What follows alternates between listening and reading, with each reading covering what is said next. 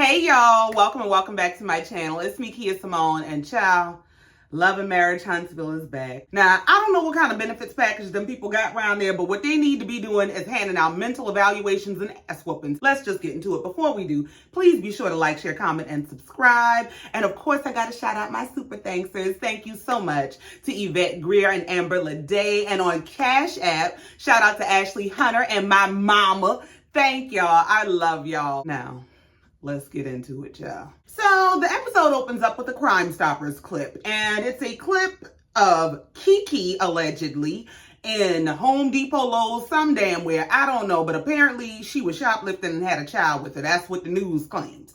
Well, according to the news report that they started the damn episode with, because they just start off with the bullshit and drama, when they were being pursued by loss prevention, she pulled the items she was shoplifting out of her purse, threw them down, but told the child, hold on to whatever lock they had. I'm gonna need that. But of course, this is all alleged, even though they did have video footage that they was playing all over the news, but you know, I don't know. Well, after they catch us up to what's been going on all over the news and streets of Huntsville, we go to Tiffany's house. Tiffany has had the baby. Mel is going over to meet the baby. Tiffany lets Mel know that she's the first of their entire group to meet the baby. Mel said, I knew I was special. She said, you are. Girl, you's a groupie. So Mel starts catching up with Tiffany and she asked her what's been going on. She said, I'm sure you saw what's been going on all over the news with Kiki. Mel just looked at her like, you's a messy bitch, but go ahead. Tiffany said, so what are we doing with our brands? Mel started laughing in the girl's face because, girl, what brand? So when Mel is laughing in her face, Tiffany is trying to tie it all together and make it make sense by saying, well, no, what it is you, of all people, were the person who told me to give her time, try to get to know her, just, breathe with Kiki. But when I see stuff like that on TV, I mean, all I can think is, you need help. Clearly, you need help too, to understand that ain't got to do with you. If she needs help and if you can't provide her help and you already know you don't like her, don't want nothing to do with her, then stay your ass in your house with your damn baby. She just laughing and carrying on. But girl, when I saw the car on the news, I was like, oh my God, what's going on right now? Mel sitting there looking at her like, yeah, that laugh you got going on don't sound like concern. And speaking of brands, this ain't good for your brand. I ain't doing this with you. You don't like that bitch. You cannot like that bitch by yourself. Leave me out there. Tiffany's still carrying on, but I mean, we're all moms, and are we involving our kids in this stuff? And Mel said, well, you can't believe everything that you see on TV. She said, yeah, I mean, I know that, but this was on the news and the police were involved. So, I mean, it kind of lends itself to be believable. And then in the confessional, Tiffany says, I think this is the first time I've ever known anyone on Crime Stoppers. I said, hold on, wait a minute. Not you ain't never known nobody who been in Crime Stoppers. But didn't Tiffany tell us that the people who raised her in neglect because they had addiction issues? I'm gonna need you to come down off that horse you on. And this heifer had the audacity to go on and say, you can't be new to this group and be going around doing stuff like this just around town. It's gonna tarnish everyone's brand. First of all, what brand? Secondly, ain't you newer to the group than her? And I mean, it's not to be in defense of Kiki, because I can't stand Kiki ass either. And she got a whole lot of issues that she need a whole lot of help with. But Tiffany makes me sick. She works my last nerve like a job. So Tiffany asked Mel, I mean, how did it get all the way to TV for them to say, call the police? I mean, why didn't the store just handle it? Mel said, I don't know. All I know is she has not been arrested. And as far as I'm concerned, she's innocent until proven guilty. Tiffany said, all right, Mel. All right. So when she sees that Mel ain't really buying this bullshit, this ain't going the way she thought it was gonna go. She thought they were gonna have a good Kiki. She said, I know that none of us are perfect, but we try not to break the law. And I mean, we're all worried about our brand. Well, the reason she keeps bringing up brand is not because she has one to protect,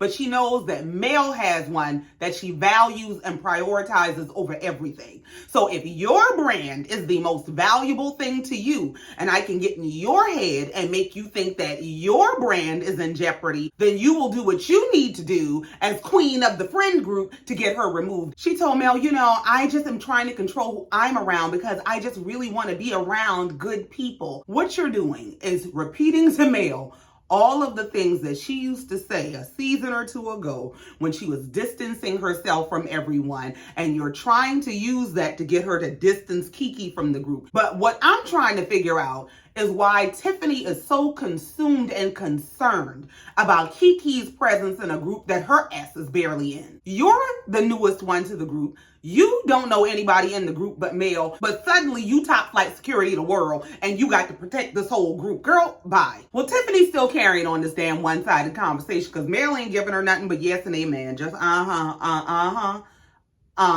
Tiffany said, even with you, Mel, if someone said something negative happened or said something negative about you, you would come out and say it's not real. And I would trust that that's not real. But in this moment, I think people have questions and it's hard to say it's not real. Like, Kiki, we saw you, we saw your car.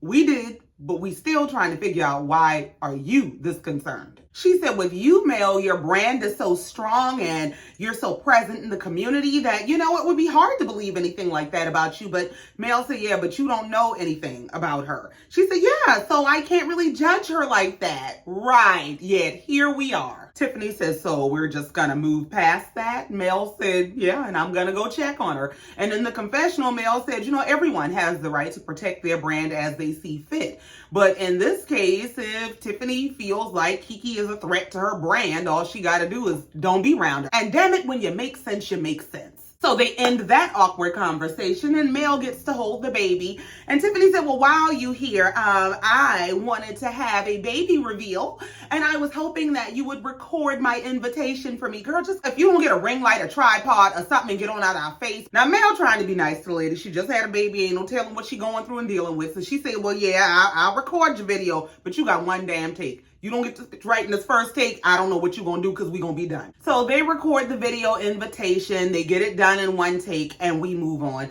Now, I done talked all that about the lady, but I am going to say the baby is absolutely beautiful. She has an adorable baby and he looked like his daddy to me. So we move on from Tiffany's house to Marsau's saloon. Courtney is coming to check Marsau about his wife. Courtney ain't pull up in no little cute cars and shit today. He pulled out the dually in case I got to drag some ass around here. Marsau looked like, oh shit. He in the confessional just lying his ass off about I wasn't expecting Courtney, but I'm sure that Stormy's attack on me has been misdirected and misrepresented as though I had somehow checked her. No, you had tried to play her, and now her husband is here to say, oh, you want to play? I like to play. What's up? Courtney sit down to the bar. Marsau won't even look that up in his face. Marsau offered him a drink. He said, no, I don't want nothing but no water right now. Marsau said, what's going on? You had too much fun?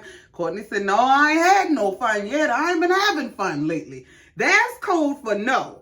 I don't want to round whoop your ass and blame it on the alcohol. Give me some water. I need to be real clear-minded in case I got to fuck you up in here today. Marsau said, that sucks, and start drinking his drink. Yeah, you gonna get your courage out that cup. Courtney said, so, how was the Black Expo? Marsau said, it was good. He said, it was good. When black people from the South sit you down and start asking you a line of questions that you know they know the answer to, trust me, this GPS ain't going but one way to an ass whooping. Marsau said, you know, it was real good. We had a good turnout, a lot of positive feedback.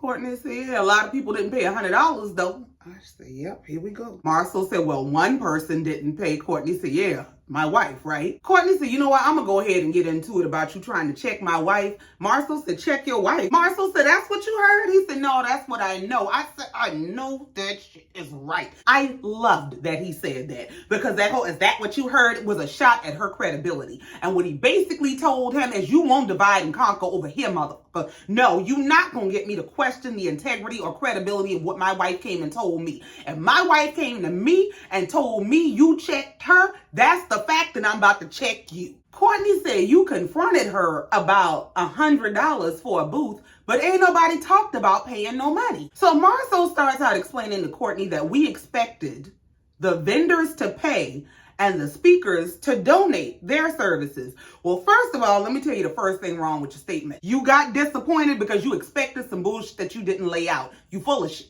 Furthermore, if she's a vendor and a speaker, how do y'all handle that? Do you say, well, you're donating your time, your expertise, your products, your skill set to be a speaker here, and because you're giving that to us, we're giving vendor space to you? Or do you say, we expect that you donate your time, your expertise, your products, your whatever, and also pay us to be a vendor at the, is that what you're saying? So Courtney asked Marsau, since you saying everybody knew that they were supposed to pay this $100 that you expected them to pay, how did you communicate that? Did you communicate that to them in writing? Is it something you just said to people? This motherfucker said it was on the internet. It was on the World Wide Web. What? Courtney laughed in that damn man face because you can't be serious. Marsau said, well, as a vendor, can you go into a space and set up and take up a whole lot of space? Courtney said, before you even finish that bullshit, before the vendors come in to set up in your space and take up a bunch of space, you are supposed to discuss and establish what fees you're expecting from them before you let them come in and set up any damn thing. Here Marsau go with the old con man, hustle man, corner man bullshit about, I think we said it to everybody. Either you did or you didn't. Courtney said, ain't nobody said nothing about no money. Ain't nobody said nothing about no $100. But my thing is, why you always coming for women? Well, yeah, let's get to the root of the issue. What is the problem, Marsau? So Marsau responds by saying, well, first of all, the Black Expo is my business, and collecting from vendors is a part of my business. It's not a free event for multimillionaires to come set up and take 8 sections and sell their product. There's the problem. When people think you are already successful, you already got it, they ain't gonna help you get no more. The whole point of inviting her there was not for this to be beneficial for her, but for her presence to make it beneficial for them.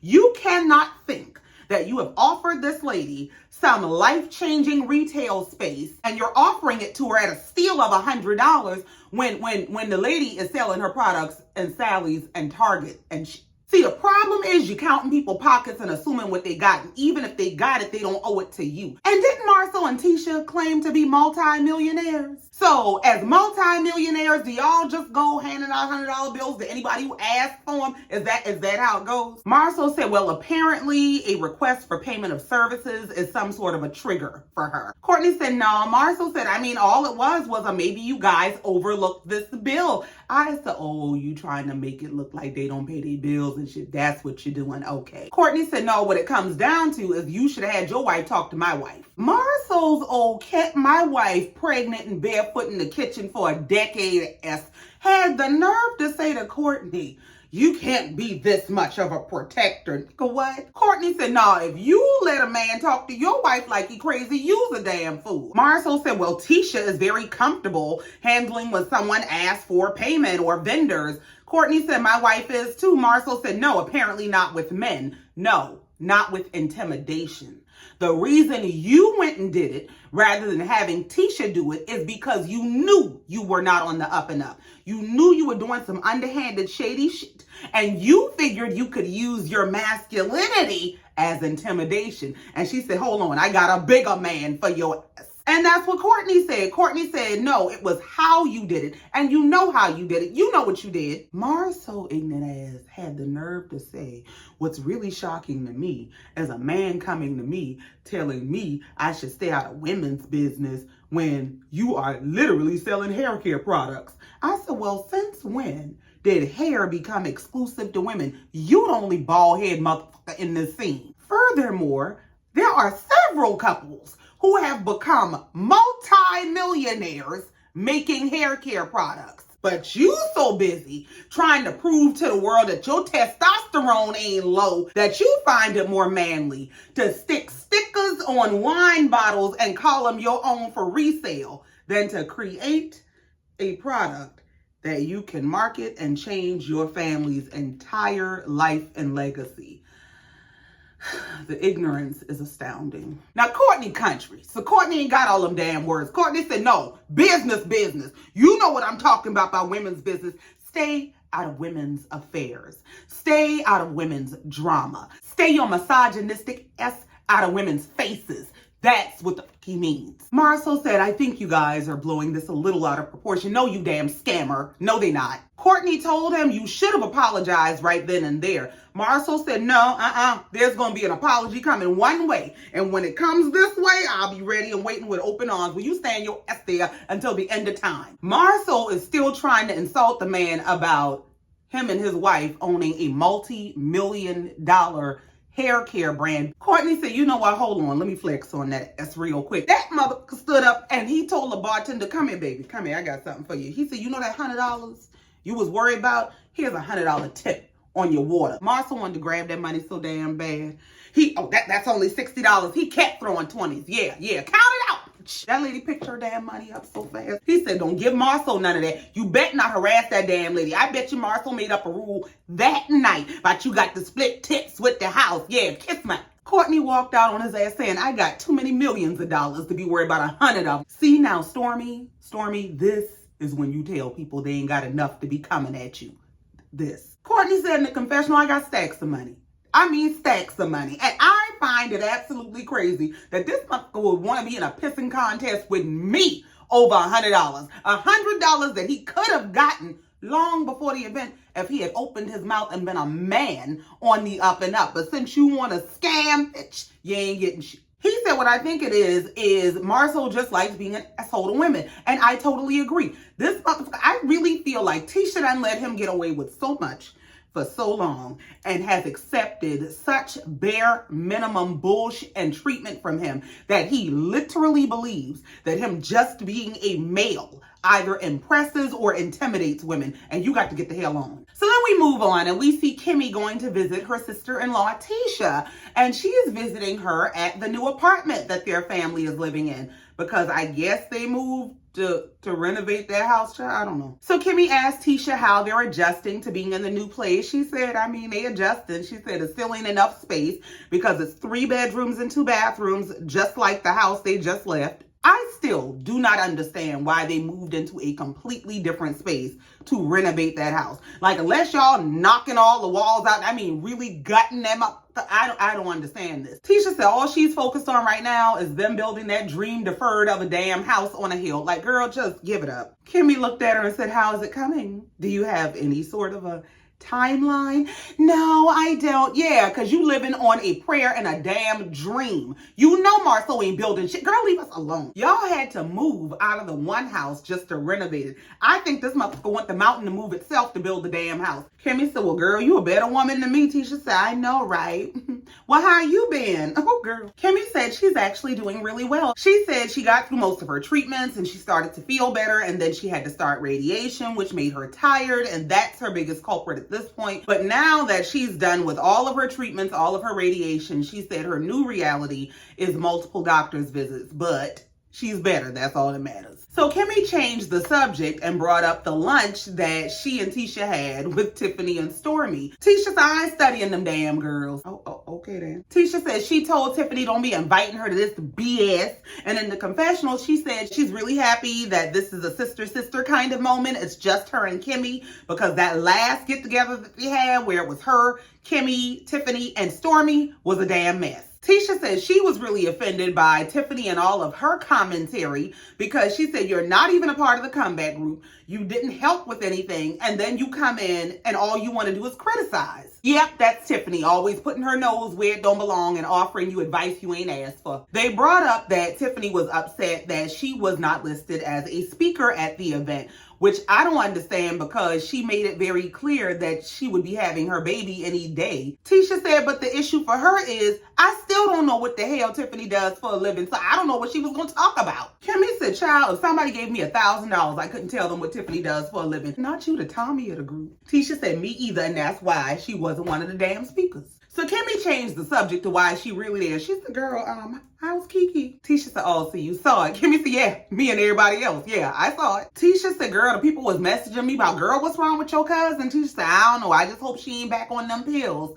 Tisha said, somebody else told me, when you be dealing with them drug dealers, sometimes you have to steal stuff for them. Girl, what in the Nino Brown hell is you talking about? Why would they send her ass to Home Depot? What's she gonna steal? What? Kimmi said, I don't know if I can help her. Maurice ain't that kind of an attorney. Girl, is he any kind? Like, what kind of attorney is he? And in the confessional, Tisha said that, you know, Kiki really needs to take some time and focus on herself. She said, but it's just not my job to get her together. So somehow Tisha changes the subject of conversation with Kimmi to, yeah, I think I'm done reaching out to these girls, all of them. Kimmi said, so you not going to Tiffany's thing for baby Ace? Tisha said, oh, I forgot about that. You know, I'll pray about it. I'll see what God puts on my heart. I said, not you, the new male. Kimmi looked at her like, girl, you is 10 pounds of shit in a 5-pound bag. You is full of it. So we move on and we see Martell at home and he's being visited by Chris Fletcher.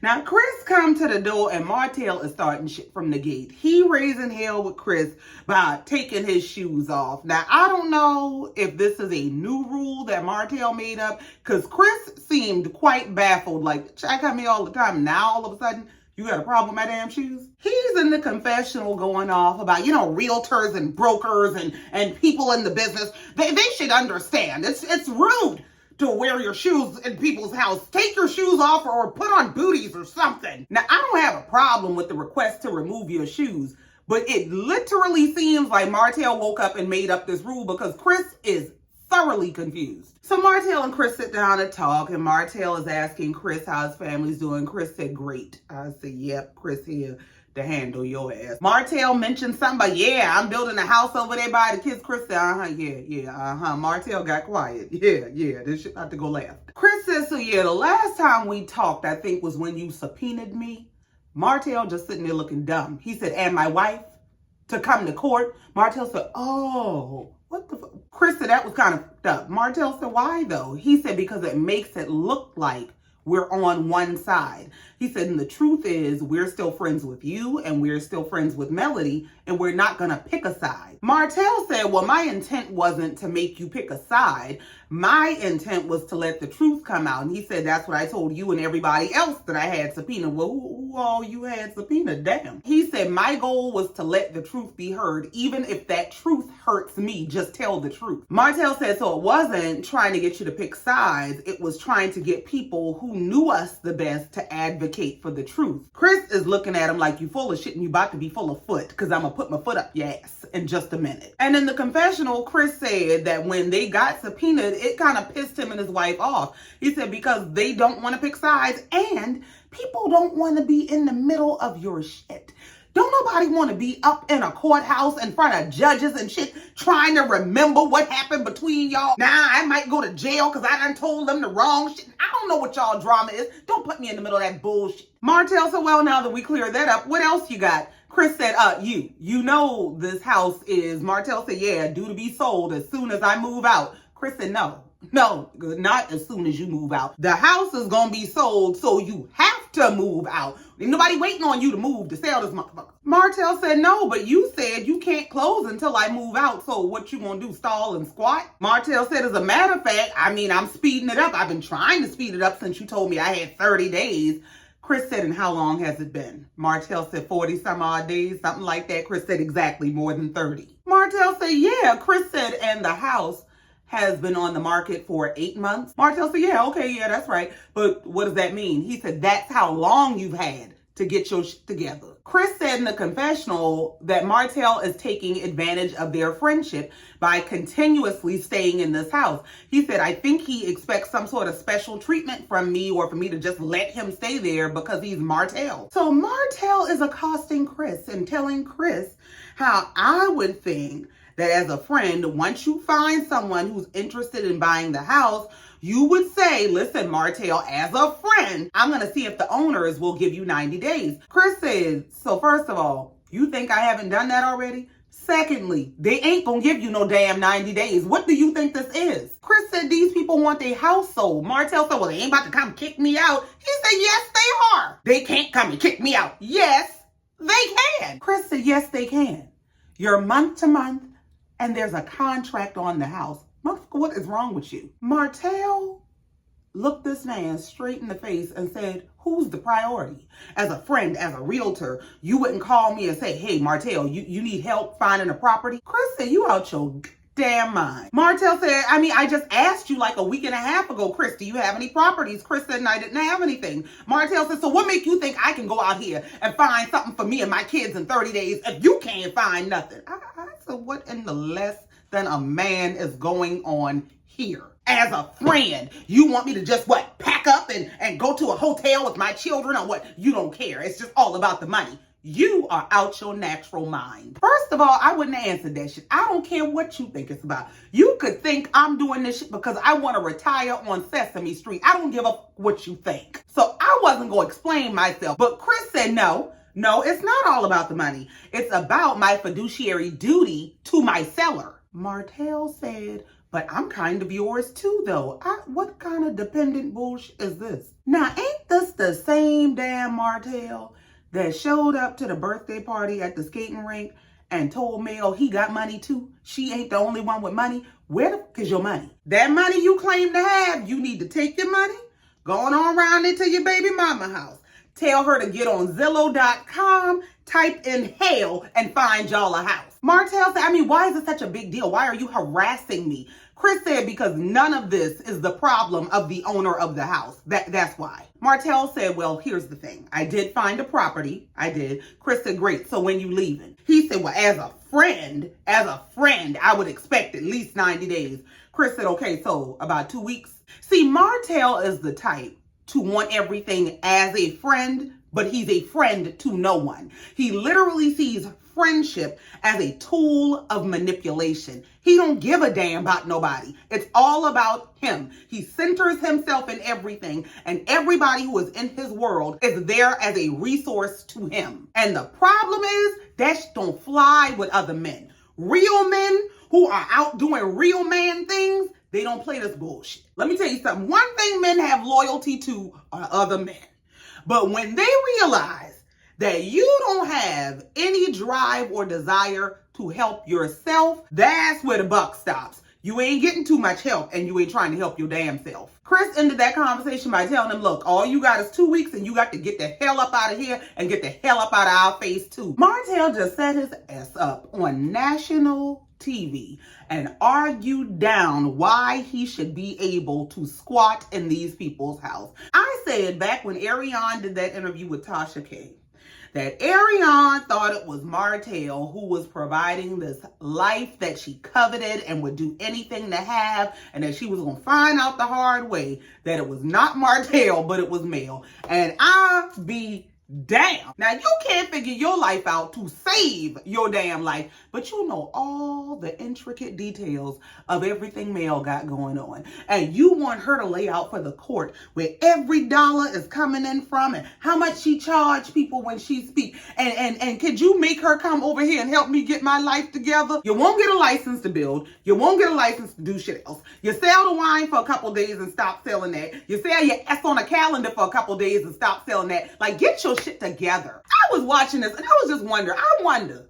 if Ariane is still proud of her baby dad. Do you still think it was worth all the bullshit you are currently and will continue to endure to have this piece of damn man? Ooh, child. So we move on and we see Kimmy and Maurice. They're out riding bikes. She said she was advised by her doctor to increase her physical activity and exercise to help with the fatigue. So Kimmy is catching Maurice up on her catching up with Tisha. She said, you know, after the whole expo happened, Tisha and I and Tiffany and Stormy all went to lunch, but Stormy and Tisha got into it. Well, Maurice said, well, the thing about it is Tisha actually does something for the community. And here you have all these people in an uproar. And if they wanted to do something for the community, they could too. Kimmy said, well, Tisha and Marsau are being pretty coy about the money. And he even went so far as to ask Stormy for $100 for her vendor space the night of the event. Maurice said, well, we paid. Kimmy said, what?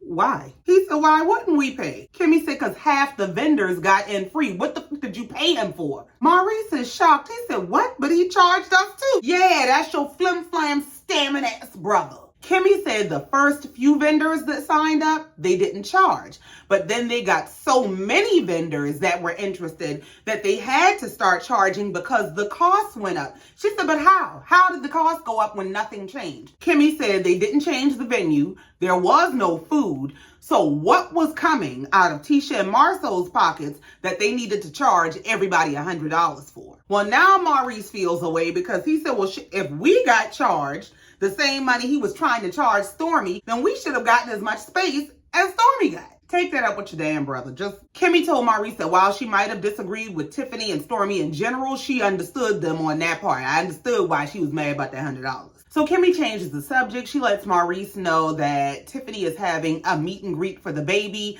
but she thinks it's a girl thing, so I'm going to that. And then she has to go to the Yanni store to get something to help tighten her muscles, like, her Kegels and stuff. She said she hadn't been working those muscles while she'd been going through her treatment, so they're not as strong as they used to be. And she's trying to rebuild the muscles. So she got to go get her a little egg to work on her muscles. She explained to Maurice that was her effort in trying to recover from losing her libido, that she's trying to do anything she can possibly think of to get her back to where she used to be so that she can please that piece of damn husband she got. So Kimmi is expressing herself to him and she's saying, I don't know if it's just a physiological thing. This motherfucker is standing there frustrated. It's a mental thing, Kimmi. Bitch. You motherfucking right, it's a mental thing. It is a mental thing to be turned on by somebody who loves you and genuinely cares about you and treats you like a person and not some blow-up doll with a personality who is there only to service them. Kimmi said, you can't tell me that. You can't say that because a medication made me feel this way. You think I can just make my body want to have sex? And even if she could, motherfucker, I'm telling you, it's going to be a 24/7 job to make her body want to have sex with you. Kimmi said, you're the one that said you didn't want the whole faking thing, so I'm trying to fix that. Maurice said, but that's what I'm saying. You're saying you're faking it, which means you're going through the physical process and you're doing a good job of going through the physical process, which means that everything physically works fine. In the words of Iyanla Vanzant, I would go into the bush and weep. If I found myself at this stage of life married to this kind of man, I would go into the bush and weep. I would beg God to give me the good sense to rescue myself from the sorry piece of a damn man that I have burdened myself with. Kimmi said, do you realize that you might want to feel aroused during sex, that that's a part of having sex? This motherfucker said. She said that's not a mental thing. The same way with you getting an erection, is that physical? He said, well, it starts off as a mental thing and then it ends up physical. Shut the fuck up. He is an idiot of a caveman. First of all, it's not just a mental thing. There are a lot of physical things that have to be working for that to work. There's a lot of men who think about it all the time and don't nothing happen down there. They got to take little blue pills and shit. Kimmi said, you're blaming this on a mind thing and I'm blaming it on a medication that has a documented side effect of affecting your libido. This motherfucker said, well, how long does the side effect last? Not longer than a divorce. Kimmi said, I don't know that. He said, oh, so you stopped right there. You read all the side effects and you just stopped at when the side effect goes away. Maurice is the side effect of a bad decision Kimmi made in her life. And what I would be doing is going to an attorney to see how long it takes to get rid of this side effect. Maurice said most people, when they go to the doctor, they get diagnosed, told they're sick or this is what's going on. The doctor tells you this is what treatment we're going to do. And you ask the doctor, well, how long is it going to be, doc? And then they give you a range of time. Well, they did that. They did that for the illness that they were actually treating. They're not treating your sex life. They don't give a damn about whether she wants your barbaric ass to touch her. That's not what they're working on. They can treat the cancer. They can treat all that. They can treat the side effects, but they can't treat y'all's marriage. They can't make you a better person. They can't make you a better man. And like Kimmi told him, you telling me it's all in my head is not going to help the situation. How do you think it makes a woman feel to tell her husband, her life partner, that this is what's going on with me and he don't give a damn? All I want to know is when will you be of service to me again? These women and these marriages are truly the cautionary tale for stay single and satisfied. Wait on God, because this ain't it. You can't tell me the Lord sent you that. Kimmi said, well, anytime anybody goes through anything, everybody has the possibility of reacting differently to medications and treatments. She said, and even with this, they told me it could be up to a year until I feel like myself again. He said, okay, well, let me set my alarm. I got a year. Ain't no way he would stand in my face and belittle and disrespect me like that. And listen, I get that Kimmi wants to respect her husband and all that, but she comes off like she's almost afraid to let him know that things make her angry. Listen, I ain't telling you gotta talk to your man like you crazy, but check that motherfucker. The reason he doesn't respect you is because you do not require it. Require him to reciprocate to you the respect that you give to him. And if he cannot reciprocate it, let your bank run dry too. I bet you he'll find some good sense real quick. He will give you the absolute bare minimum that you are willing to accept, and he has shown you that. And the thing is, when you are operating from low self-esteem, the bare minimum looks like a whole lot. Maurice said, I mean, shouldn't I be able to ask or have any idea of when this is gonna stop? Kimmi said, but you've asked 4 times. He said, so we're on the same page. It's just that we need to figure out about the when. Fucking with me, a judge would be telling you when it's over. Kimmi said, you know what? Google it. And he just a giggling. She said, you know what? I'm ready to go. You have a knack for taking the wind out of my sails. This motherfucker said, well, the wind been out of my sails for a while now, so. Kimmi said, hey, babe, do you know that that's not helpful either? See, that's part of your damn problem. This man says any wild shit that comes to his motherfucking mind to you in front of cameras. So ain't no telling what he says to you when ain't no cameras or people around to hear the bullshit.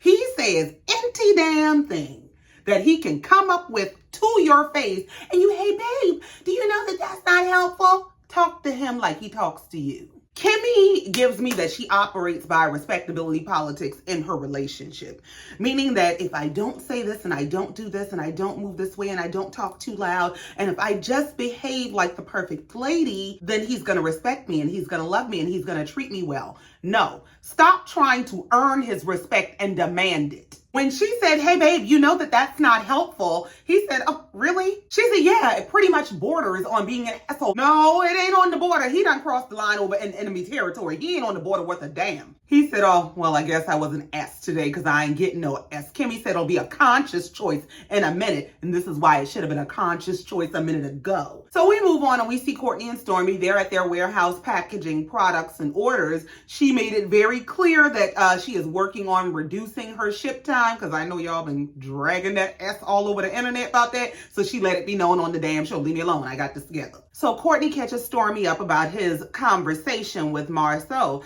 She said, well, how did you and Marsau even end up together? He said, I pulled up on his ass. She said, oh, well, I didn't think you were even that mad. He said, I wasn't, but I also ain't gonna let nobody talk to my wife like they crazy. So Courtney is telling Stormy that Marsau's point was, when it's business, it shouldn't matter if it's a man or a woman collecting money or handling business or whatever. She said, well, if it doesn't matter whether it's a man or a woman, when it's a man, should that man be walking up to me and saying, Stormy, you look different? Courtney said, hell no, he shouldn't be. Now that's a problem. Now, Stormy. Now, I understand the whole, this man done tried to play with me about this $100, and I done gone and told my husband, go down there and talk to him now and tell him stay up out my face before we have a problem. But now it seemed like you really just starting, because now one thing I did not get was that Marsau was trying to flirt with her or was saying something about her body.